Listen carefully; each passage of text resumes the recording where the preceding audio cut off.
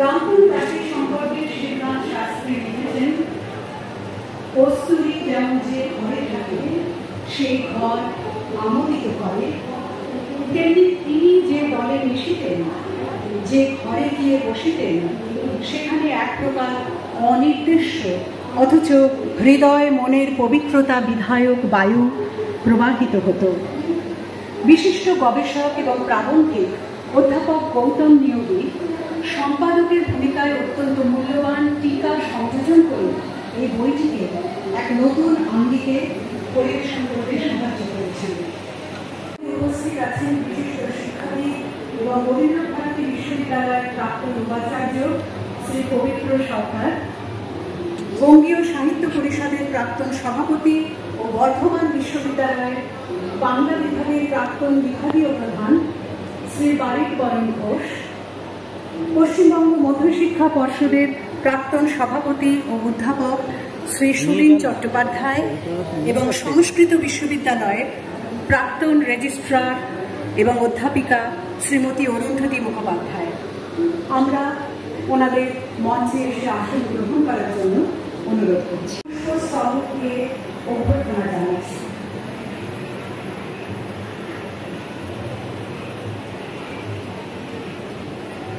প্রথমে শ্রী পবিত্র সরকারকে আমাদের আন্তরিক কৃতজ্ঞতা এবং ধন্যবাদ। এরপরে শ্রী বারিক বরণ ঘোষকে পুষ্পস্তবক দিয়ে অভ্যর্থনা জানাচ্ছি, তাকেও আমাদের বিশেষ কৃতজ্ঞতা এবং ধন্যবাদ। এরপরে আমরা অভ্যর্থনা জানাচ্ছি শ্রী সুলীন চট্টোপাধ্যায়কে, তাকে আমাদের বিশেষ কৃতজ্ঞতা এবং ধন্যবাদ। সবশেষে পুষ্পস্তবক দিয়ে আমরা অভ্যর্থনা জানাচ্ছি শ্রীমতী অরুন্ধতী মুখোপাধ্যায়কে, আমাদের বিশেষ কৃতজ্ঞতা এবং ধন্যবাদ তাঁকে। আমরা বিশেষভাবে আনন্দিত আমাদের মধ্যে রামতনু লাহিড়ী পরিবারের বর্তমান প্রজন্মের যে সদস্য আজ উপস্থিত রয়েছেন, তিনি হলেন শ্রী শুভাদিত্য চট্টোপাধ্যায়। অনুষ্ঠানে উপস্থিত থাকার জন্য আপনাকে আমাদের আন্তরিক কৃতজ্ঞতা এবং ধন্যবাদ। এখন মঞ্চে উপবিষ্ট গুণীজনদের অনুরোধ করব রামতনু লাহিড়ী ও তৎকালীন বঙ্গ সমাজ গ্রন্থটির আনুষ্ঠানিক উদ্বোধন করতে। সমবেত মণ্ডলীকে অনুরোধ জানাবো উষ্ণ করতালি দিয়ে এই স্মরণীয় মুহূর্তটিকে স্বাগত জানাতে।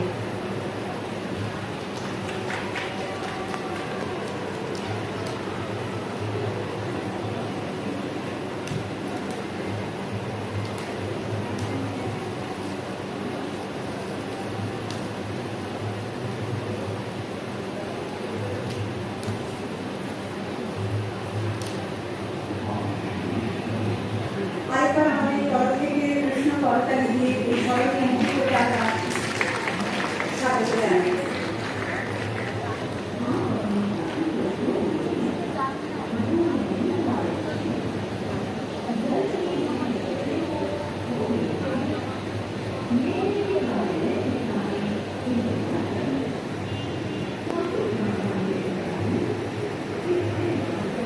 আমাদের মধ্যে আছেন বিশিষ্ট শিক্ষাবিদ এবং রবীন্দ্র ভারতী বিশ্ববিদ্যালয়ের প্রাক্তন উপাচার্য শ্রী পবিত্র সরকার।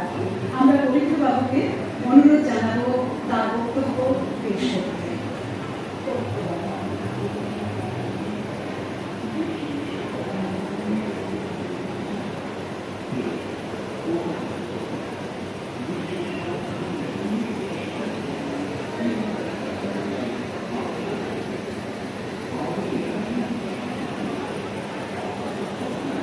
সবাইকে নমস্কার, শুভ অপরাহ্ন। মঞ্চে উপস্থিত শ্রীমতী মুখোপাধ্যায়, সুধীর, বারিক বরণ এবং আপনারা সঙ্গে। আমি খানিকটা এই দলের মধ্যে ব্যতিক্রম এই কারণে যে আমি ইতিহাসের লোক নই, আবার ঊনবিংশ শতাব্দী সম্বন্ধে আমার যে কোনো বিশেষজ্ঞতা আছে তাও নয়। সাহিত্যের ছাত্র হিসেবে যখন আমাদের ঊনবিংশ শতাব্দী সম্বন্ধে জানবার কথা বলা হয়েছিল আমাদের মাস্টারমশাইরা, তখন প্রথমেই যে বইটির কথা তারা বলেছিলেন সেটি হচ্ছে শ্রীনাথ শাস্ত্রী, রামতনু লাহিড়ী ও তৎকালীন বঙ্গ সমাজ।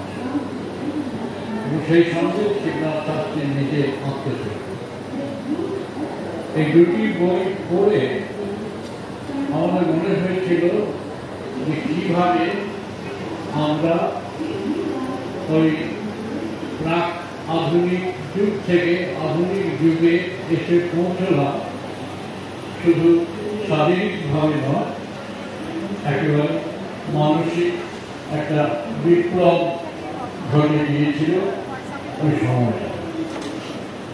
এই ইতিহাসগুলো আপনারা সবাই জানেন, আমি ওদের কাছে আমি একটু শুনবো ভালো করে। তবে সাধারণভাবে যেটা মনে হয়েছিল যে হ্যাঁ, বড় বড় নেতারা তো ছিলেন, রামমোহন রায় ছিলেন, দেবেন্দ্রনাথ ছিলেন, সংগঠক যারা ছিলেন, বিষয় করে। সেই সঙ্গে আমাদের সামনে কয়েকজন শিক্ষকের ছবি বড় হয়েছে। ঊনবিংশ শতাব্দীতে শিক্ষক যারা হয়তো স্কুলে পড়াতেন, কখনো নতুন প্রতিষ্ঠিত হিন্দু কলেজে পড়িয়েছেন, চিরঞ্জীবের কথা সকলের আগেই মনে হয়। তারপরে ঈশ্বরচন্দ্র বিদ্যাসাগরের কথা মনে হবে, অথবা তোমার অর্থের কথা মনে হবে, রামতনু লাহিড়ীর কথা। এই ক্ষেত্রেই কাজ যে শিক্ষকেরা যেভাবে আস্তে আস্তে শিক্ষকদের নিরোধের ক্ষেত্রে যেমন ওরা ভালো বলতে পারবে যে একদম ছাত্রদের মনের মধ্যে একটা মানসিক বিপ্লব ঘটিয়ে দিয়েছে। এবং ঈশ্বরচন্দ্র বিদ্যাসাগর অনেকভাবে করেছিলেন। অক্ষয় কুমার দত্ত ঠিক ছাত্রদের ক্ষেত্রে নয়, অন্য ক্ষেত্রে সপ্তপদী সভার মধ্যে তিনি এক ধরনের বিদ্রোহ খাড়া করেছেন। রামতনু লাহিড়ী শিক্ষক হিসেবে যে ছাত্রদের মধ্যে যে ধ্যান ধারণা বিশ্বাসের রূপান্তর সঞ্চার করেছিলেন, তার ইতিহাসের সঙ্গে সঙ্গে শ্রীনাথ একেবারে ওই রামতনু লাহিড়ীকে ঘিরে দেওয়ার ছাত্রই ছিলেন। ফলে এই যে পরিবর্তনটা ঘটল, অনেকে অনেকভাবে বিশ্লেষণ করেছেন যে হ্যাঁ, ফেইথ আর রিজন, বিশ্বাস আর যুক্তি, এই দুয়ের মধ্যে কোনো একটা দান্ত্রিকতা তৈরি হয়েছিল ঊনবিংশ শতাব্দীতে। ধীরে এক রকমের একেবারে প্রখর যুক্তি পথে গিয়েছিলেন, অন্যরা কেউ বিশ্বাসের সঙ্গে যুক্তিকে মেলাবার চেষ্টা করেছে। ফলে এইভাবে দান্ত্রিকতার মধ্যে দিয়ে আস্তে আস্তে ঊনবিংশ শতাব্দী এগিয়েছে। ফলে আবার তাদের পরে শ্রীরামকৃষ্ণ এসে অনেক ধরনের বিশ্বাসে একটা লাভ ঘটিয়ে দিলেন। এই যুক্তি আর বিশ্বাসের মধ্যে যে বিবর্তনটা ঘটেছিল এবং কোন মানুষ কিভাবে তাদের ভূমিকা রেখেছিলেন তার একটা বিস্তারিত ইতিহাস শ্রীনাথ শাস্ত্রী নির্মাণ করেছে তার গ্রন্থে। এখনো পর্যন্ত আমি বলবো, এখানে যারা তরুণ বয়স্ক আছেন, যদি ঊনবিংশ শতাব্দী সম্বন্ধে জানতে হয়, তাহলে একদম প্রথম বই হচ্ছে রামতনু লাহিড়ী ও তৎকালীন বঙ্গ সমাজ, সেই সঙ্গে শ্রীনাথ শাস্ত্রীর আত্মচরিত। এত সূক্ষ্মপাঠ্য শ্রীনাথ শাস্ত্রীর গদ্য, অসাধারণ গদ্য, তার নিয়ে তো পরে রবীন্দ্রনাথ আলোচনা করেছেন খানিকটা। এই গদ্য তার যে বিবৃতি, ন্যারেটিভ, এই এমন সাধুর ন্যারেটিভ, ইতিহাসের ন্যারেটিভ খুব কম আছে। আমি খুব আনন্দিত। আমার যতই মনে হয় স্মৃতি দুর্বল হয়েছে। আমরা সেকেন্ড পেয়েছে বইটি তখন পড়েছিলাম সেই 1959 সালে। কিন্তু গৌতম আমার খুব স্নেহভাজন ছিল। সে গৌতম যেভাবে যত্ন করে এই বইটিকে পুনর্নির্মাণ করেছে একভাবে, আমার মনটা খুব খারাপই হয়ে গেছে। কারণ গৌতম আমার প্রায় প্রতিবেশী ছিল, সে চলে গেছে অনেক আগে। অত্যন্ত নিষ্ঠাবান ঐতিহাসিক ছিল এবং তার এই কাজটি প্রকাশিত করে ব্রহ্ম সমাজ আমাদের বাঙালি সংস্কৃতির কাছে কৃতজ্ঞতা প্রকাশ করে আজকে জরুরি ছিল। বইটি অনেকদিন পাওয়া যাচ্ছিল না, তবে বইটি খুব মূল্যবান বই। আমাদের বাঙালি আমরা কোথায় দাঁড়িয়ে আছি এই মুহূর্তে ভালো মন্দ নিয়ে তা বুঝতে হলে এই বইটি অবশ্যই পড়া দরকার। বিপদ থেকে আমরা শুরু করেছিলাম, কোথায় আমরা পৌঁছেছিলাম, তা থেকে এখন আমরা কোথায় পৌঁছেছি বাঙালির ইতিহাসে গুরুত্বপূর্ণ ইতিহাস। 19 শতাব্দীতে আমার একটা অ্যামেচারিশ কথা মনে হয়। অ্যামেচারের মধ্যে আমি বলছি যে এই লোকগুলোকে দেখুন, তারা ব্যক্তি জেগে উঠছে, ব্যক্তি স্বাতন্ত্র্য জেগে উঠছে। একজন ব্যক্তির আলাদা আলাদা কাজ করে আমাদের সামনে প্রধান হয়ে উঠছে এবং এই ব্যক্তিরা কি অসম্ভব চেষ্টা করছেন নিজেদের উৎকর্ষ বাড়াবার জন্য। কত রকমের জ্ঞান, কত রকমের শিক্ষা তারা নিয়েছেন। যে প্রায় 18টা ভাষা তিনি জানতেন, তারপরে তার নিজস্ব দর্শন বেদান্ত গ্রন্থে বেদান্তের অনুবাদ করেছেন, সমাজ সংস্কার করেছেন। আমি সমাজ সংস্কারের কথা কবে আসছি। আবার গানও, ধ্রুপদ সঙ্গীত, ধ্রুপদী সঙ্গীতের একজন মহান তিনি ছিলেন, গান রচনা করেছে। এরকম মধুসূদনের ক্ষেত্রে দেখবেন যে মধুসূদনের গান রয়েছে, মানে নিজের ব্যক্তিত্বকে নানাভাবে উন্মোচিত এবং প্রসারিত করার চেষ্টা করা এই মানুষগুলো মানে বহু মাত্রিক, বহু কৌণিক ব্যক্তিত্ব। ব্যক্তি যত মানুষের যত রকমের সম্ভাবনা আছে, সেই সম্ভাবনার রূপে যেন তারা যাচাই করার চেষ্টা করছে। ঠিক একই সঙ্গে ব্যক্তিত্বের এই উৎকর্ষ সাধনের সঙ্গে সঙ্গে তারা আবার সমাজের কাজে ঝাঁপিয়ে পড়ে। অর্থাৎ তারা শুধু নিজেদের উৎকর্ষ সাধন নয়, তারা চারপাশের সমাজটাকে আলোকিত করবার চেষ্টা করেছেন, শুদ্ধ করবার চেষ্টা করেছেন। এই যে ব্যক্তি এবং সমাজের যে এই দান্দিকতা, একটা কথাই বারবার বলছে যে বন্ধন এবং তার ক্রিয়া প্রতিক্রিয়া, এইটি নিয়ে 19 শতাব্দী একটা খুব মন দিয়ে বোঝবার এবং পড়বার মতো বিষয়। এবং সেই বোঝবার এবং পড়বার জন্য একেবারে প্রথম সমান হল চিন্নার শাস্ত্রী এই বই। আমার কথা এখানেই শেষ। আপনারা সবাই ভালো থাকুন। ব্রাহ্ম সমাজকে আমি আরেকবার কৃতজ্ঞতা জানাই এই বইটি প্রকাশ করেছেন। নমস্কার।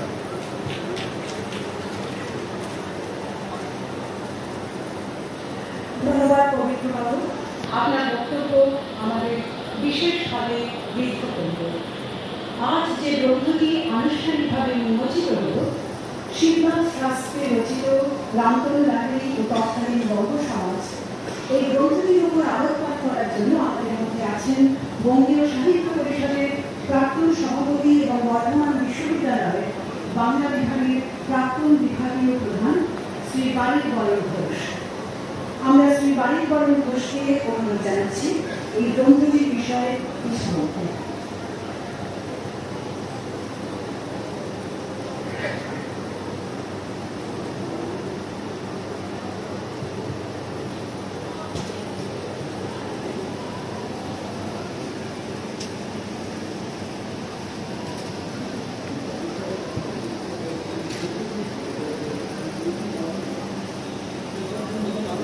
নমস্কার,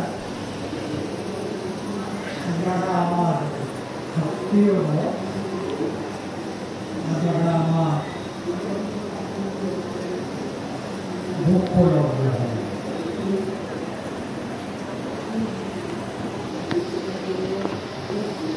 পরীক্ষায় পাস করা একটা ভীতি আছে। যখন পাস করলাম পরীক্ষায়, তখন মাস্টার মশাইকে জিজ্ঞেস করলাম আরো ভিতরে কি পড়াশোনা করা যায়। তো তিনি 4 জনের নাম করেছিলেন, তার মধ্যে প্রথম নামটি ছিল পণ্ডিত আচার্য শিবনাথ শাস্ত্রী।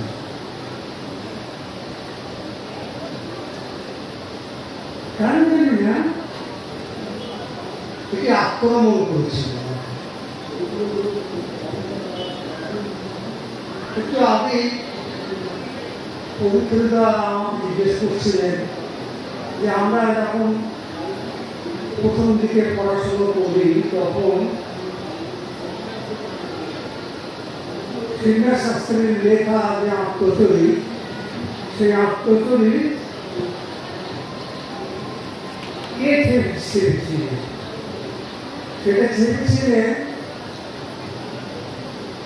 সিডনি প্রেস থেকে, ছাপা হয়েছিল দিলীপ কুমার গুপ্ত মশাই। আর তার একটি তথ্য লিখেছিলেন, আমরা অনেকেই জানি না, সত্যজিৎ রায়। সেই প্রচ্ছদ দেখি না আজকাল। আর সেই সংক্ষিপ্ত আকারে ছাপা যে আত্মকথা, সেটাও আর আমাদের কাছে নতুন করে আসে না। গৌতম আমাদের এই বর্তমান কালের পাঠকদের কাছে দুটো বড় কাজ করেছে। আত্মচরিতের যে অভঙ্গ সংস্করণ, সেটি সম্পাদনা এবং তাকে উপযুক্তভাবে উপস্থিত করার দায়িত্ব সে নিয়েছিল। যেমন দায়িত্ব নিয়েছে এখনকার আজকের দিনের যে সংস্কার, যে সংস্করণ, সেই সংস্করণটিকে আমাদের সামনে নিয়ে সে নেই। সে আমার অত্যন্ত কাছের বন্ধু ছিল। শুধু তাই নয়, সে আমার পরিবারের বন্ধু। আমার বড় মেয়েকে সে উপহার হিসেবে আর কিছু দিতে পারেনি, যে দিতে পেরেছিল সত্যজিৎ রায়ের ছেলেবেলাকার জীবনের যে কাহিনী, সে কাহিনীটুকু। সুতরাং গৌতমের সৃষ্টি, তা ভালো না মন্দ, তা সম্পূর্ণ না অসম্পূর্ণ, এসবের বিচার করার কোনো কারণ নেই। একটা মজার জিনিস দেখবেন, এই বইতে যখন পড়বেন তখন দেখবেন যে গৌতম যে টিকাগুলি লিখেছে, সেই টিকাগুলির আগে একটি শব্দ প্রয়োগ করেছে। শব্দটা হচ্ছে এই যে এই যে কাহিনীটি বলা হলো বা এই যে শব্দটি প্রয়োগ করা হলো, এটি যথার্থ সত্য নয়।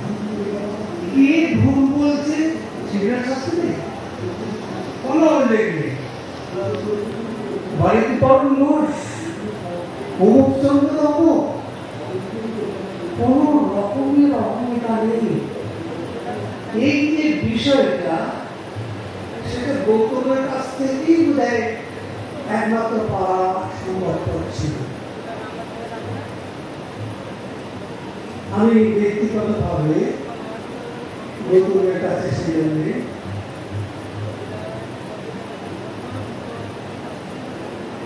কি বলবো, গৌতমকে আমি আরো নতুন করে ভালোবাসতেছিলাম। অনেকদিন ধরে কাজ করছিল। আমার দুর্গতি ঘটেছিল এই বইটি সম্পর্কে টিকা রচনা করে সেটিকে প্রকাশ করা।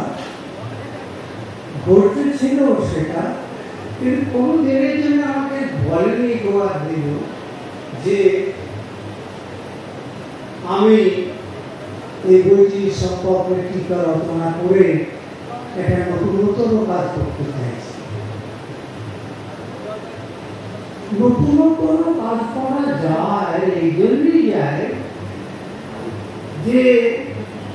যে মানুষটিকে নিয়ে লেখা রামতনু লাহিড়ী, আমি জানি না এখানে যারা উপস্থিত আছেন তারা কজন রামতনু লাহিড়ী সম্পর্কে ওয়াকিবহাল। আমি জানি না রামতনু লাহিড়ীর জন্মসাল কবে এবং কবে রামমোহন রায় কলকাতায় এলেন রংপুর থেকে। রামতনুর জন্ম 1813, আর রামমোহন এলেন রংপুর থেকে 1815। দুটো বছরের তফাৎ। আমাদের কাছে আওয়াজ দিয়ে গেছে,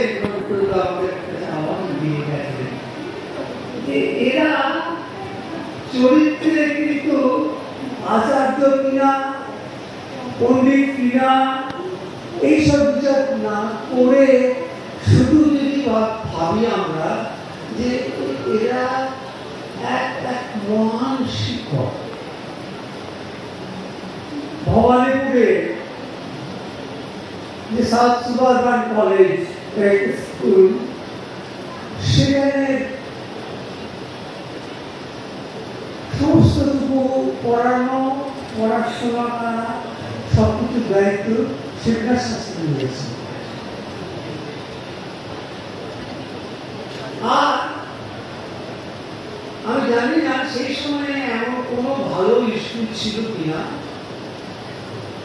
উত্তরপাড়ার স্কুল থেকে আরম্ভ করে সমস্ত স্কুল, সেগুলি প্রাধান্য বিস্তার করার জন্যে বোধহয় তিনি একজন প্রেরিত পুরুষ। তিনি শুধু এসেছেন, পড়িয়েছেন, এটা কোনো কথা নয়। পড়ানো জিনিসটা যে কি বস্তু সেটা আমাদের কাছে দেখিয়ে গেছেন রামতনু লাহিড়ী এবং শাস্ত্রী মশাই দুজন।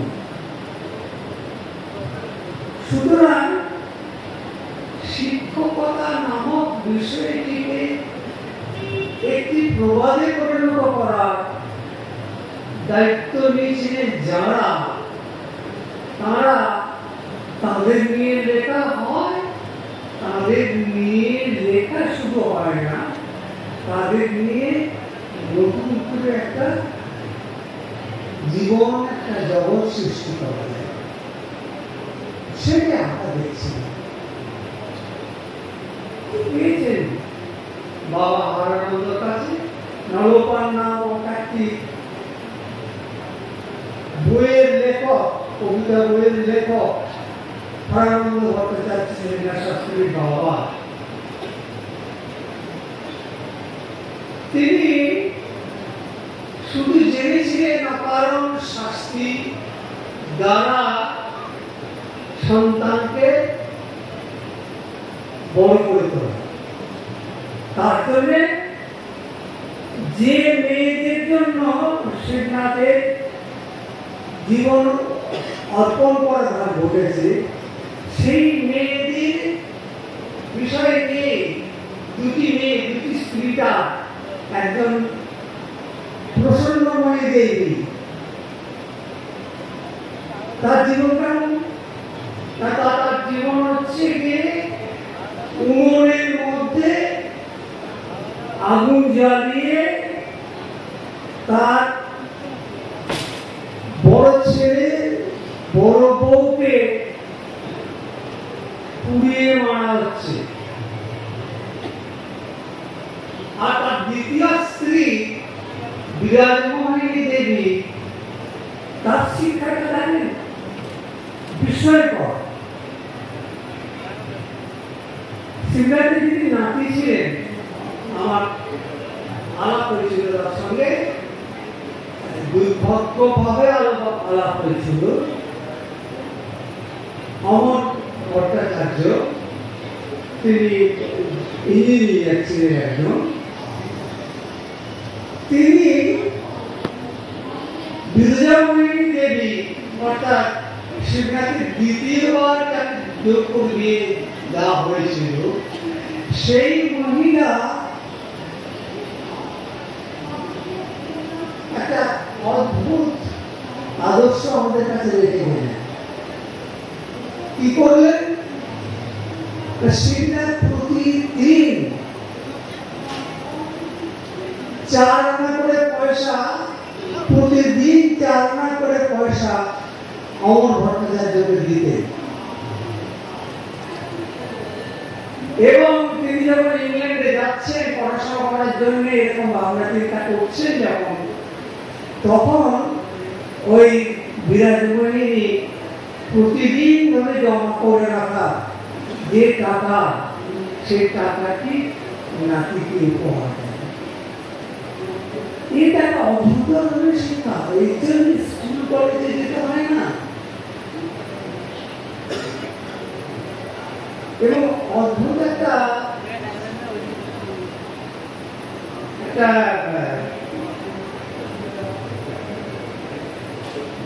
বাজবার মতো উপকরণ তিনি আমাদের দিয়ে দিলেন। সেটা হচ্ছে শিক্ষা শাস্ত্রী মশাইকে সেখানে বিপ্লবীরা এমন কেউ ছিলেন না যারা ভালো না বাঁচতেন। প্রতিদিনই প্রায় সন্ধ্যের সময় হলেই তিনি নানা জেল থানায় যেতেন, কখনো প্রেসিডেন্সি, কখনো হুগলি জেল থানা, বিভিন্ন জেলখানায় যেতেন। কখনো গেছেন তিনি কানাইলাল দত্তর কাছে। তো অনেকে জিজ্ঞেস করছে, আজকে আপনি তো কানাইলালের সঙ্গে দেখা করলেন না? সেটা বলতেন, কানাইলালের সঙ্গে কথা বলা যায় না, সে একটা আগুন, সে আগুনটার সঙ্গে কথা বলা যায় না। আমি শুধুমাত্র তাকে আমার মনে মনে এই শব্দটা প্রয়োগ করছেন, আমার প্রণাম নিবেদন করার জন্য। সুতরাং এইরকম যে মানুষেরা, তারা যখন এসে আর 5টা সাধারণ মানুষের কাছে এসে হাজির হন, তখন যে জগৎটা, যে জীবনটা আমাদের চোখের সামনে উদ্ভাসিত হয়, সেই উদ্ভাসিত শব্দটি করে আমরা আজকে প্রয়োগ করতে পারলাম। গৌতমের লেখা বইটিকে উদ্বোধন করে নয়, বইকে কখনো উদ্বোধন করা যায় না, তাকে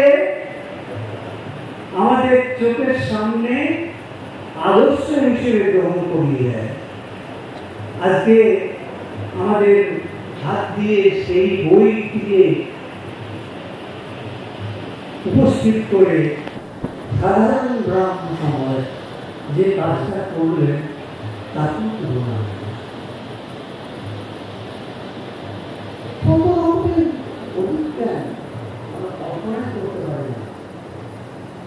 বাঁকিপুরে তিনি থাকেন। বাঁকিপুরে সেই বিখ্যাত জায়গা যেখানে বিধানচন্দ্র রায়ের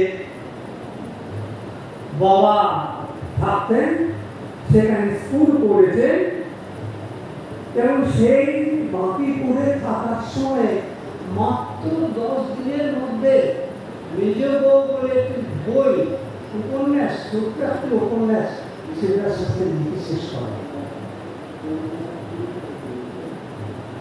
তিনি কবিতার বই লিখলেন, তিনি উপন্যাস লিখলেন এবং আজকের দিনে যে পত্রিকাটি আর নেই, আর পাই না, যুগান্তর, সেই যুগান্তর পত্রিকাটির নাম যুগান্তর হয়েছিল পণ্ডিত শিবরাজ শাস্ত্রীর লেখা একটা উপন্যাস, তার নাম ছিল যুগান্তর। সেই যুগান্তর নাম থেকে একটা নতুন সৃষ্টির সম্ভাবনা দেখা দিচ্ছে। আমরা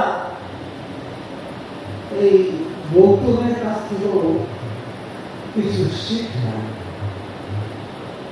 সে পড়াতো, ইতিহাসে ছাত্র ছিল, পড়া তো শুধু তাই নয়, অবলীলা ক্রমে মানুষের কাছে জিজ্ঞেস করতো, এইটা পর্যন্ত হয়ে এইটা পর্যন্ত ভাবলাম, তারপরে আপনি পড়া যাবে।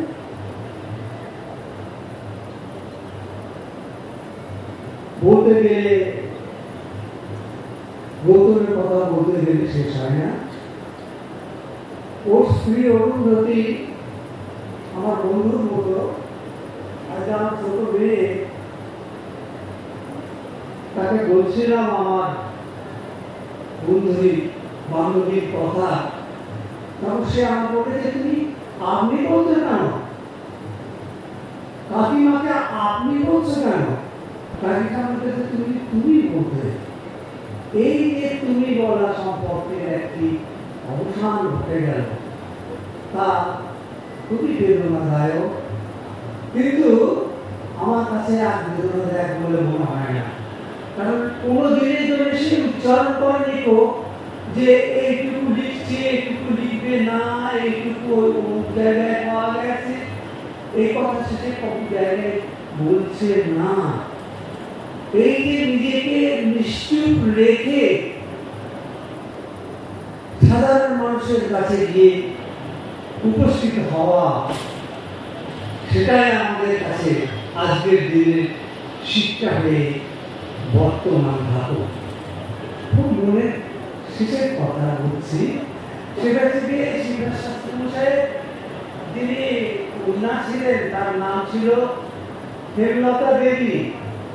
সেই হেমলতা দেবী তিনি এক জায়গায় লিখছেন যে আমার বাবা একটি মেয়েকে মানুষ করছিল,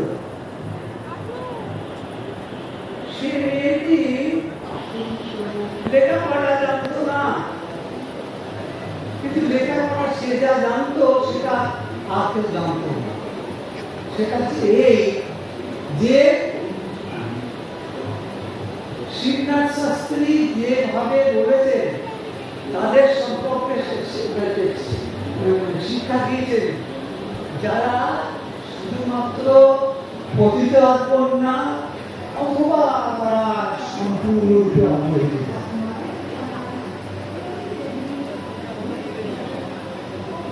মেয়েটি যাকে তিনি পাশে রেখে মানুষ করছেন, সেই মেয়েটি শিবনাথ শাস্ত্রীকে বলছেন, আমার কাছে আমার এই বাবাটি আমার বাবার চেয়ে অনেক বেশি। আজকে আমি সেই বাবার কথা স্মরণ করে জীবনে বড় হওয়ার চেষ্টা করছি।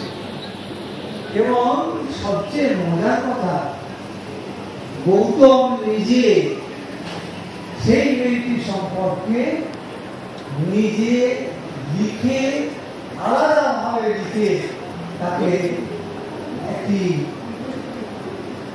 অবিস্মরণীয় চরিত্রে পরিণত করে গেছে দেশপত্রিকার মাধ্যমে। আমরা আপনাদের সঙ্গে একত্রভাবে মিশে শিবনাথ, রামতনু লাহিড়ী, আমরা দেখতে পাচ্ছি তার চারপাশে সমস্ত ছাত্র ছাত্রী তার সকলে একত্রিত হয়েছে। আসুন আমরা আনন্দ করে আজকে সেই গৌতম তার ওই আর এক গৌতমের মতোই শিক্ষিত হয়ে শিক্ষাদান করে আমাদেরকে অনেকখানি বড় করার চেষ্টা করেছে। নমস্কার।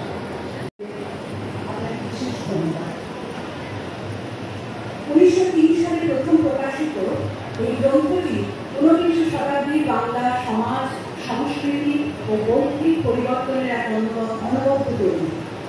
অধ্যাপক গৌতম নিয়োগীর প্রয়াণের পর তাঁর সহধর্মী শ্রীমতী অরুন্ধতী মুখোপাধ্যায় তাঁর ঐকান্তিক প্রচেষ্টা, উৎসাহ এবং অক্লান্ত পরিশ্রম করে অধ্যাপক নিয়োগীর অসম্পূর্ণ সম্পাদনার কাজ শেষ করেছেন। আমরা অরুন্ধতীকে অনুরোধ জানাবো এই গ্রন্থ নির্মাণের বিষয়টির ওপর আলোকপাত করতে। অরুন্ধতী।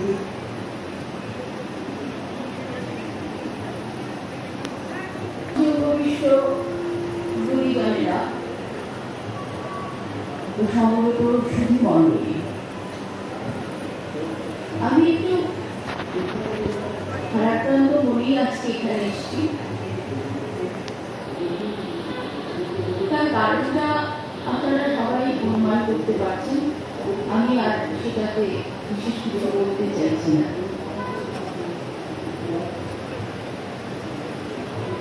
এই যে বইটি আজকে সাধারণ ব্রাহ্ম সমাজের মাধ্যমে প্রকাশিত হল, সেই বইটি রামধনু লাহিড়ী ও তৎকালীন বঙ্গ সমাজ, শিবনাথ শাস্ত্রীর লেখা। এই বই এবং লেখক এই দুজনের সম্পর্কে আপনারা সবাই আমার পূর্বতন বক্তাদের কাছ থেকে ভীষণভাবে শুনেছেন। তারা বড় সুন্দরভাবে সবকিছু আপনাদের সামনে তুলে ধরেছেন। আমি তাই এই আপন গ্রন্থটি সম্পর্কে বিশেষ কিছু বলবো না, শুধু বলবো এখানে আপনাদের সামনে তুলে ধরবো আমার প্রয়াত স্বামী গৌতম নিয়োগী সম্পাদনার কাজ, তার পিছনে তার যে পরিশ্রম, তার যে প্রচেষ্টা, সেই সম্পর্কে দু চারটি কথা। এই রামধনু লাহিড়ী ও তৎকালীন বঙ্গ সমাজ বইটি তিনি কেন, কিভাবে, কিসের জন্য এত আগ্রহ নিয়ে সম্পাদনা করতে শুরু করেছিলেন, সেই বিষয়ে বিস্তারিতভাবে তিনি তার সম্পাদকের কথায় লিখে গেছেন। আপনারা যখন বইটা হাতে পাবেন, সেই সম্পাদকের কথাটা পড়লে শুধু তার কাজের কথা নয়, বইটির প্রকাশের ইতিহাসও আপনারা অনেক কিছু জানতে পারবেন। এই কাজটা গৌতম শুরু করেছিলেন অনেকদিন আগে। 1978 সালে যখন শিবনাথ শাস্ত্রীর আত্মজীবনী তিনি সম্পাদনা করেন ও সাধারণ ব্রাহ্ম সমাজ সেটাকে শতবার্ষিকী সংস্করণ বলে প্রকাশ করেন, সেটা অত্যন্ত দক্ষতার ও নিপুণতার সঙ্গে তিনি কাজটা শেষ করেছিলেন এবং অনেক প্রশংসাও অর্জন করেছিলেন।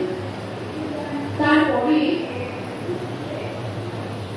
এই বইটি রামধনু লাহিড়ী ও তৎকালীন বঙ্গ সমাজ বইটি সম্পাদনার কাজের দায়িত্ব নেওয়ার জন্য তাকে পুরীর বিহারী সেন, ডক্টর নিহাররঞ্জন রায়, রবীন্দ্র জীবনীকা, প্রভাত কুমার মুখোপাধ্যায়, সুশোভন চন্দ্র সরকারেরা সবাই তাকে প্রচন্ড প্রণোদিত করেন এই বইটা সম্পাদনা করার জন্য। এসবে আরো দুজন ছিলেন, তারা হলেন সাধারণ ব্রাহ্ম সমাজের একতা সম্পাদক ও চিকিৎসক ডক্টর দেবপ্রসাদ মিত্র ও শনিবারের চিঠি পত্রিকার প্রথম সম্পাদক যোগানন্দ দাস। এনারা সবাই আজ প্রয়াত, স্বাভাবিকই, কিন্তু তাদের যে উৎসাহ বা যেটাকে গৌতম প্রায় নির্দেশের মতো মনে করত, সেইটা মাথায় করে সে কাজটা শুরু করে। এই কাজে শুরু করার পরে প্রায়শই কিভাবে সে করবে এই নিয়ে ইন্ডিয়ার মিশনের বাড়িতে তার সঙ্গে দীর্ঘ আলোচনা সে করত।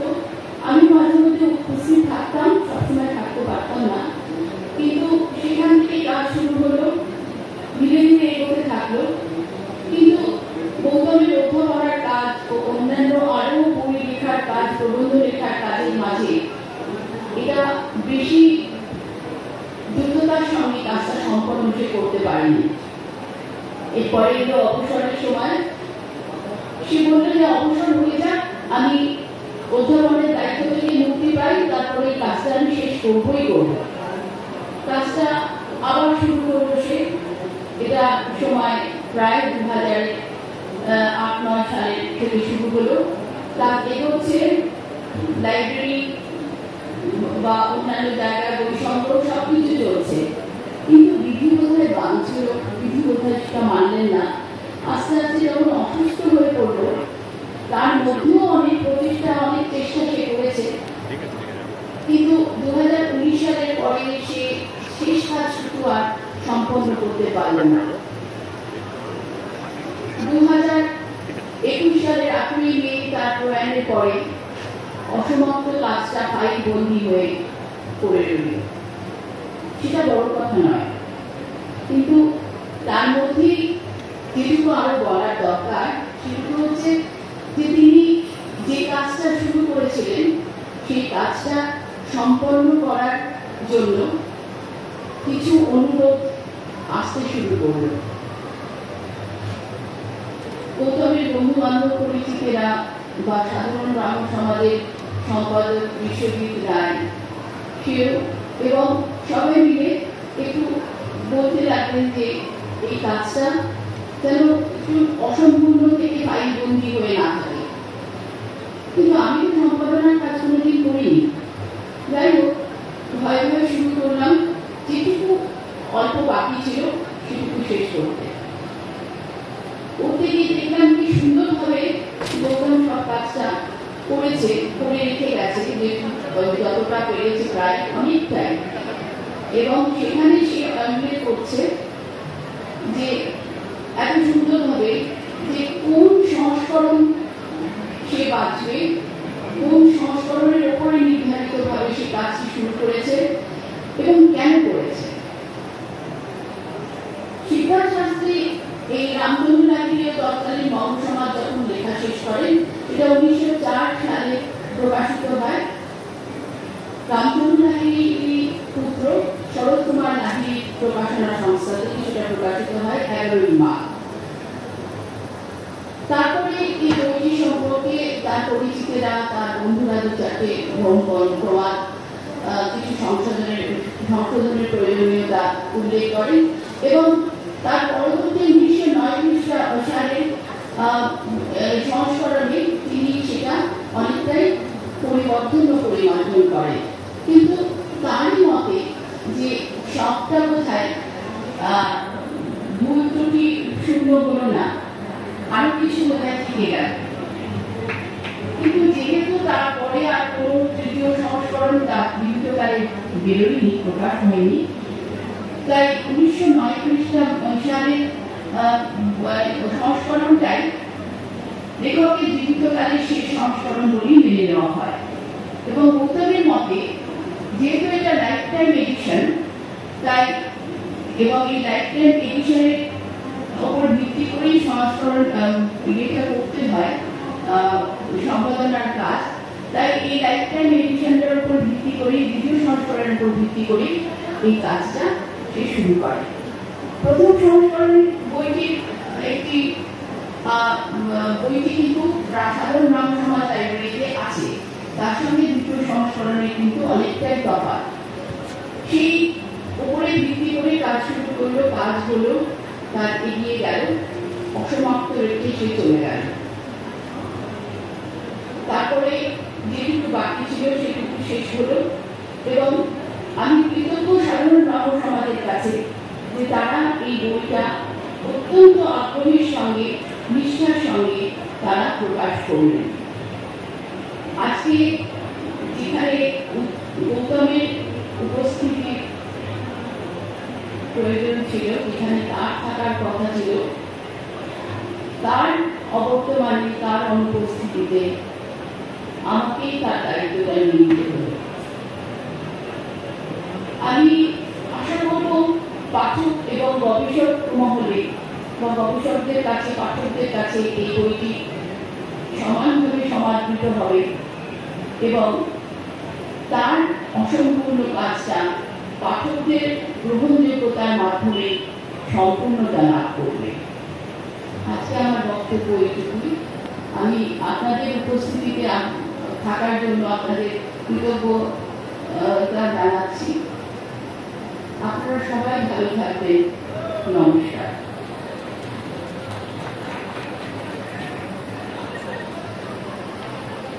আপনাকে অসংখ্য ধন্যবাদ অরুন্ধতী। আমাদের আজকের সভাপতি পশ্চিমবঙ্গ মধ্যশিক্ষা পর্ষদের প্রাক্তন সভাপতি এবং অধ্যাপক শ্রী সুনীল চট্টোপাধ্যায়কে আহ্বান জানাচ্ছি এখন তাঁর বক্তব্য রাখার জন্য।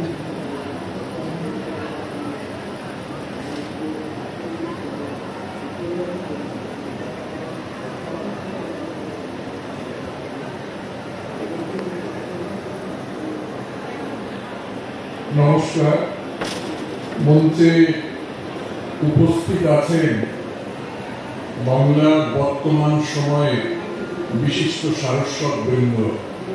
তাদের সঙ্গে একাসনে বসার এই অধিকারটুকু আমাকে আজকে দেওয়ার জন্য আমি সাধারণ ব্রাহ্ম সমাজের কাছে আমার কৃতজ্ঞতা জ্ঞাপন করছি।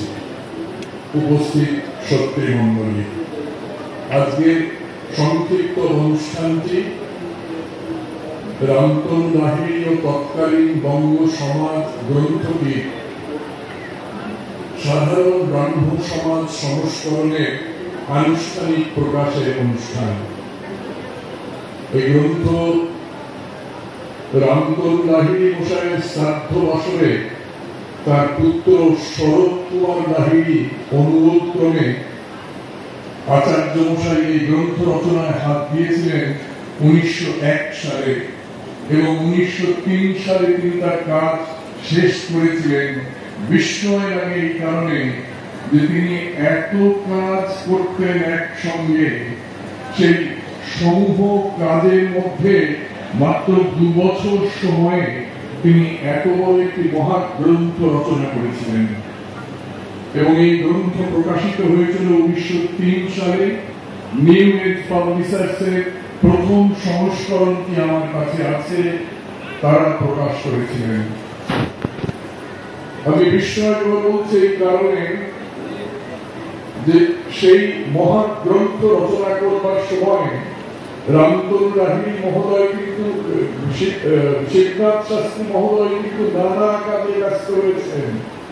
তিনি সমাজ সংস্কারক, তিনি শিক্ষক, বিদ্যালয় প্রতিষ্ঠা করছেন, নারী শিক্ষার অগ্রগতির জন্য চেষ্টা করছেন, বিধবা বিবাহের সপক্ষে কাজ করছেন, জাত পাত ইত্যাদির বিরুদ্ধে তিনি লিখছেন, তিনি কিশোর শিশু পত্রিকা সম্পাদনা করছেন, উপন্যাস, গল্প, কবিতা লিখছেন। বহুমুখী প্রতিভার এই মানুষ এবং বিস্ময়কর, তিনি প্রথম ছাত্রদের নিয়ে রাজনৈতিক সমিতি গঠন করেছেন। তিনি রাজনীতির মধ্যেও গিয়ে ভারত সভা স্থাপনের সঙ্গে অতি প্রত্যক্ষভাবে সংযুক্ত থেকেছেন, জড়িত থেকেছেন। এমন একজন মানুষ অনেক গ্রন্থ রচনা করলেন, মহাকালের আচরণ উপেক্ষা করে, মহাকালের সমস্ত আঘাত আক্রমণ উপেক্ষা করে, শতবর্ষ অতিক্রম করে যে গ্রন্থগুলি তার বেঁচে থাকবে, চিরজীবী হয়ে থাকবে, তার একটি হচ্ছে এই রামতনু লাহিড়ী ও তৎকালীন বঙ্গ সমাজ। তার আত্মচরিত, তার ব্রাহ্ম সমাজের ইতিহাস যা ইংরেজিতে লিখেছিলেন, তার রামমোহন এবং রামমোহনের ধর্ম ভাবনা 3 খণ্ডে যা লিখেছিলেন, অন্তত 4টি গ্রন্থ মহাকালের সমস্ত আঘাত আক্রমণকে উপেক্ষা করে চিরজীবী হয়ে থাকবে এবং আমাদের সম্পদ রূপে গণ্য হবে, গৃহীত হবে। রামতনু লাহিড়ীর এই গ্রন্থটি রচনার মধ্যে দিয়ে আমার যা মনে হয়েছে অন্তত ৩-৪টি বিষয় কিন্তু তুলে আনবার চেষ্টা করেছেন শাস্ত্রী মশাই। শাস্ত্রী মশাই পাণ্ডিত্য এবং বিচক্ষণতার কথা তো বলেছেন সকলের সাথে অসীম। একদিকে দ্বারকানাথ বিদ্যাভূষণ তার মামা, চাকরিপোতায় তার জন্ম। সেই দ্বারকানাথ বিদ্যাভূষণ যিনি পণ্ডিত ঈশ্বরচন্দ্র বিদ্যাসাগরের অভিন্ন হৃদয় বান্ধব, যে তিনজন এলেন শিশু প্রায় এলেন সংস্কৃত কলেজে পড়তে বীরসিংহ গ্রাম থেকে ঈশ্বরচন্দ্র বিদ্যাসাগর, বিল্লভ গ্রাম থেকে মদনমোহন কর্তালঙ্কার এবং চাকরিপোতা থেকে দ্বারকানাথ, এই তিনজন, এই ত্রয়ী সংস্কৃত কলেজে অলিন্দে বাতায়নে একটি নূতন হাওয়া তৈরি করতে পেরেছিলেন তার ছাত্র জীবনের মধ্যে দিয়ে। এবং সম্প্রদাস পত্রিকার মতো পত্রিকা, সে সময় শ্রেষ্ঠ পত্রিকাগুলির অন্যতম, তার সম্পাদক ছিলেন দ্বারকানাথ বিদ্যাভূষণ। একদিকে মামা, একদিকে বাবা হরানন্দ, এদের পাণ্ডিত্য, এদের চরিত্রবল, এদের সাহস, এদের সমাজ ভাবনা তার মধ্যে এসে নূতন ভাবে বিকশিত হয়েছে। এবং তিনি তার যৌবনেই ঘন নিবিষ্ট নামে একটি সমিতি গঠন করে পৌত্তলিকতার বিরুদ্ধে, জাতপাতের বিরুদ্ধে, নারী শিক্ষার পক্ষে নানা আলোচনা, আলাপ, আন্দোলন তৈরি করে চলেছেন পণ্ডিত শিবনাথ শাস্ত্রী। এই গ্রন্থ লেখার সময় তিনি তো প্রতিশ্রুতি দিয়েছিলেন তিনি লাহিড়ী মশাই জীবন চরিত্র রচনা করবেন, কিন্তু করতে করতে সেই সময়ের যে অভিযোগ তার চোখের সামনে থেকে উঠল, রামচন্দ্র লাহিড়ীর উপর প্রবল প্রভাব ছিল রামমোহনে, ডেভিড হেয়ারে, লুই ভিলিয়াম ডিরোজিও। তারা ইতিপূর্বে, আপনারা জানেন, ইতিপূর্বে তদানীন্তন হিন্দু কলেজে লুই ভিলিয়াম ডিরোজিও ঝড় তুলেছিলেন, একটা নূতন জীবন প্রবাহ সেখানে তৈরি হয়েছিল। ইয়ং বেঙ্গল এসেছে, একাডেমিক অ্যাসোসিয়েশন তৈরি হয়েছে, এনকোয়ারার পত্রিকা বেরোচ্ছে।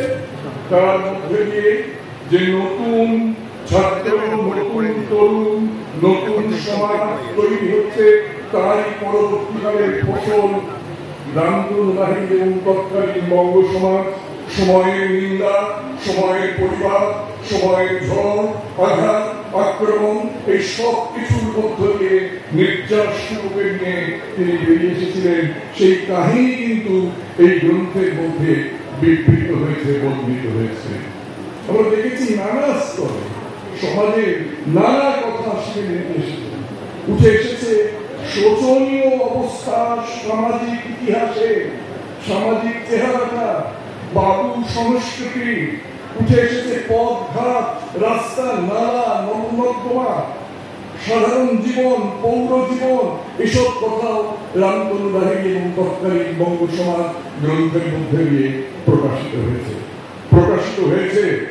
ঔপনিবেশিক শাসনের সংকট, অর্থের টানাটানি, মন্বন্তরের কথা, শিক্ষুধা, শিক্ষাহীনতা, এই প্রত্যেকটি জিনিস কি অসাধারণ সচেতনতার সঙ্গে পণ্ডিত শিবনাথ শাস্ত্রী সমাজটাকে পর্যবেক্ষণ করেছিলেন এবং সেই আলোড়িত সমাজের বুক থেকে প্রত্যেকটি গুরুত্বপূর্ণ উপাদানকে একটি করে তিনি চয়ন করে তিনি বিতরণ করেছেন, আমাদের কাছে তুলে ধরেছেন।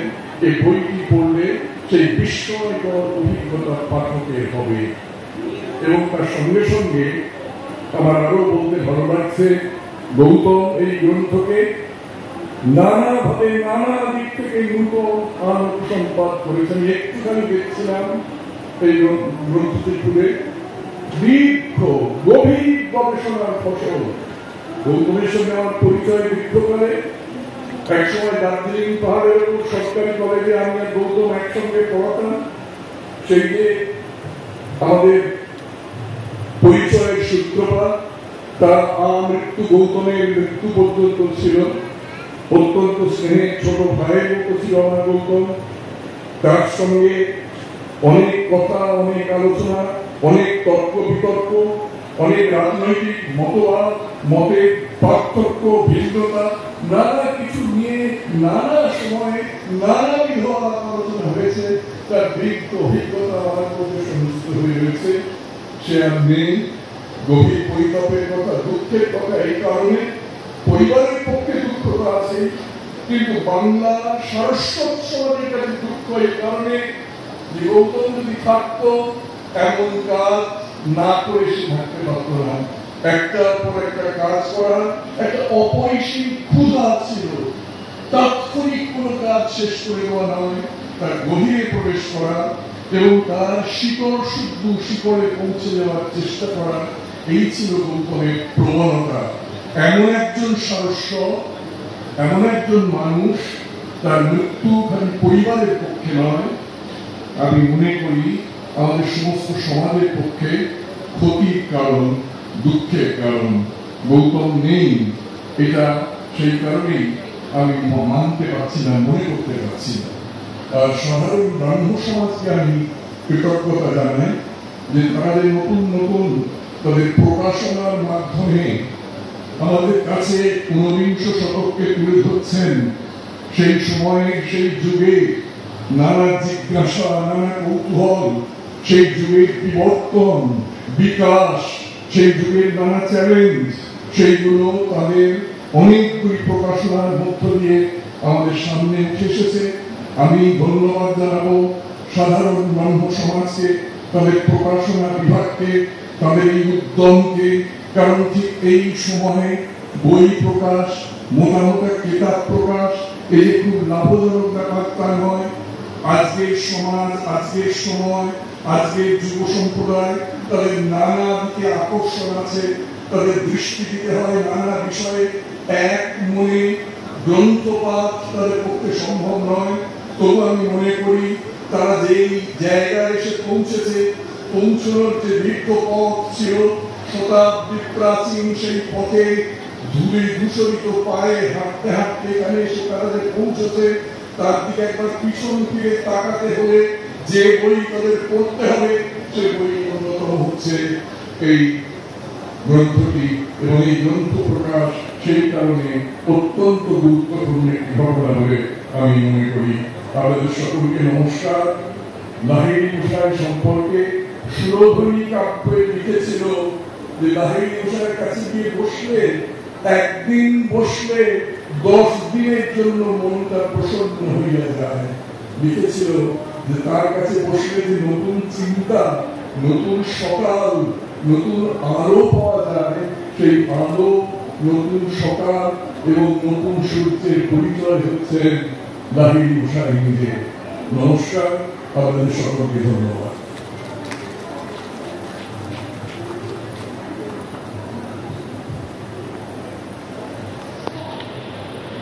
শ্রী সুবীর চট্টোপাধ্যায়কে আমাদের বিশেষ ধন্যবাদ তার মূল্যবান বক্তব্যের জন্য।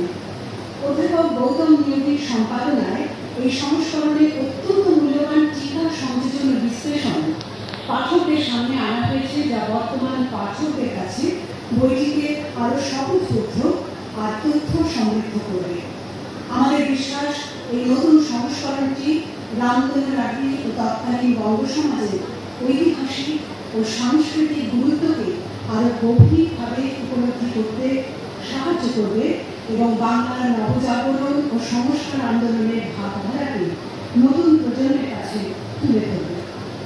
আশা করব আপনারা এই মূল্যবান বইটি সংগ্রহ করে আমাদের বাধিত করবেন।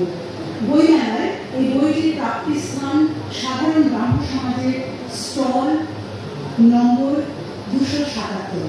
আবার বলছি, সাধারণ ব্রাহ্ম সমাজের স্টল নম্বর 277।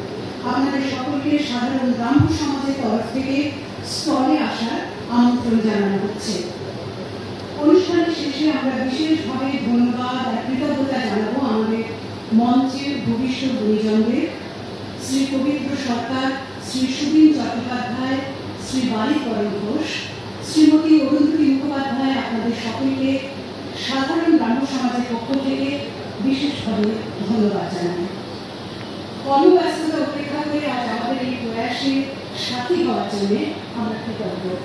বইমেলা কর্তৃপক্ষ পাবলিশার্স অ্যান্ড বুক সেলার্স গিল্ডকে আমাদের আন্তরিক ধন্যবাদ এই অনুষ্ঠানটি SBI অডিটোরিয়ামে আয়োজন করতে সাহায্য করার জন্য। ধন্যবাদ জানাই আমাদের উপস্থিত সুধীচন্দ্রের। আপনাদের উপস্থিতি আর প্রেরণা আমাদের অনুষ্ঠানকে সাফল্যমণ্ডিত করেছে। সবাইকে আবার অনেক অনেক ধন্যবাদ জানিয়ে আজকের অনুষ্ঠান শেষ করছি। ভালো থাকবেন সবাই। নমস্কার।